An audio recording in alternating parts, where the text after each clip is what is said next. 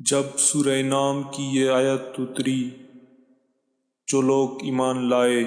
اور انہوں نے اپنے ایمان میں گناہوں کی آمیزش نہیں کی، تو آپ صلی اللہ علیہ وآلہ وسلم کے اصحاب نے کہا، یا رسول اللہ، یہ تو بہت ہی مشکل ہے، ہم میں کون ایسا ہے جس نے گناہ نہیں کیا؟ تب اللہ پاک نے سورہ لقمان کی یہ آیت اتاری، ان الشرک لظلم عظیم، کہ بے شک شرک بڑا ظلم ہے۔